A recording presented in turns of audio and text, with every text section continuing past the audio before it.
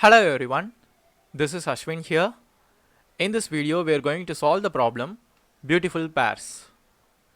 You are given two arrays A and B, both containing n integers.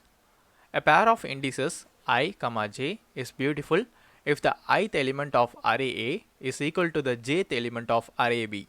In other words, pair I, j is beautiful if and only if A of I equals B of j. A set containing beautiful pairs is called a beautiful set. A beautiful set is called pairwise disjoint if for every pair L of I, R of I belonging to the set there is no repetition of either L of I or R of I values. For instance, if A equals 10, 11, 12, 5, 14 and B equals 8, 9, 11, 11, 5.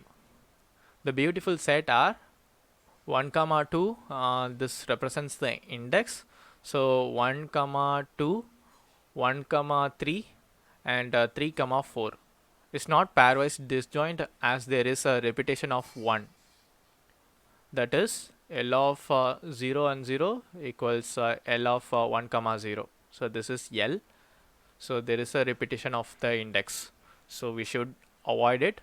So if you make a pair of 11 and 11, we should remove that from the array and we have to check for a new pair. Like that only it will work. And your task is to exactly change one element in B so that the size of the pairwise disjoint beautiful set is maximum. So this particular line is pretty much like confusing. Like at first I thought is this is like a optional parameter, we can change or not change, like that I thought, but it is specified that we have to exactly change one element in B, that is a compulsory statement. So whether or not we already have a beautiful pair means we have to change one element in B. So this is one corner case I will cover in the end. And let's see the constraints. The constraint is 10 to the power of 3, so it's a reasonable number. We can able to solve it in linear time itself because the logic will be much simpler. Here also they have a note, you must first change one element in B and your choice of element must be optimal. So we definitely need to change one element.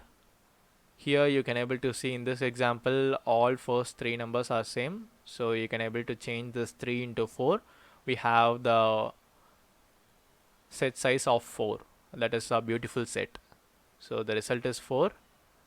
And we have another case here. In this case if I consider, so one pair is there, one pair is there, 2, 3, 4, 5, so I can able to change one element in B, so I can able to change it to 3, so it will be 6.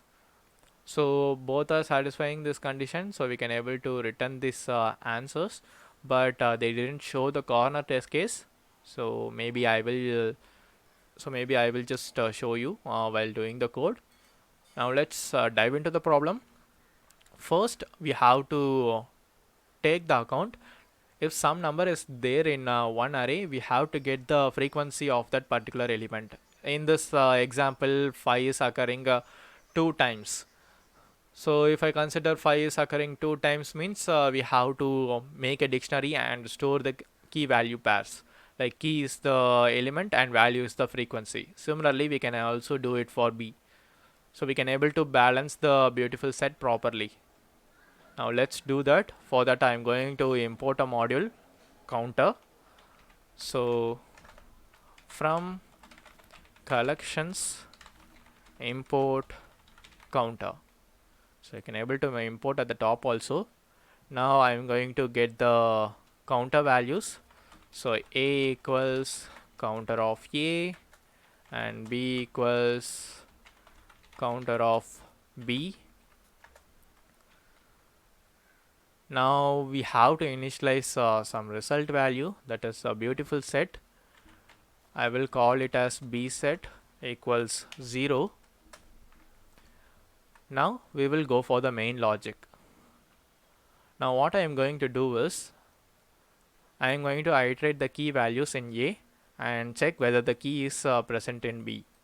So we will do that for val in A if that particular value is also in B. We will go for the condition B set plus equals minimum of A of val comma B of val. So why I am taking minimum is, let's consider an example here. I will show it here. So in this case I will have 1 and 1 and 2, and here we have 1 1 1 and 4. So here in this case, if you consider the frequency is 2 for A and 3 for B, but the beautiful set are only 2 because there is another one we have to make, so it's not there. That's why I'm just taking the minimum. If you take the minimum means we can able to get the possible pair. So after that we will move to the next element in A. So the next element is 2, and if it is not in B means it will iterate through that. So this will get all the possible pairs without changing an element in A. Now for the condition, this is the corner case I am talking about. If B set equal to len of A, we have to return B set minus 1. Why?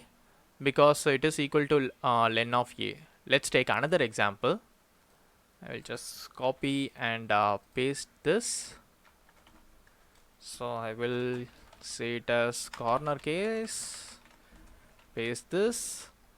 Let's consider another one, this one, and I also forgot one thing. Both the elements have equal number of elements, so we will remove this 4. Here also we will remove this 4. Now if you consider this case, we have equal number of elements. The total B set value will be 3, and that is equal to the length of A. But we have a condition that we need to change at least one element in B. If we change any one element in B, we will losing one B set. That's why I'm just negating it by 1. If the B set is lesser than A means, in the else part, return B set plus 1. So for this example, I will say, so here for this example, if you consider initially the B set is 2, it is less than the length of A, I can able to change one element in B. So I will change this 1 to 2. So the B set will be incrementing by 1. So this is the corner case. So using this you can able to easily solve the problem, and as you can able to see, this is a linear time solution, or if I consider in big O of 2n, if you negate the constant time means it will be order of n. So that's the time complexity of this problem. Let's run the code once. It has passed the sample test case. Let's submit it. Yes, we have successfully solved the problem. If you have any other logic other than this, please leave a comment below. It will be very helpful for others. And if you like this video, hit the like button, and don't forget to subscribe to the channel and share this video to your friends if this is helpful. I will see you guys with a new video.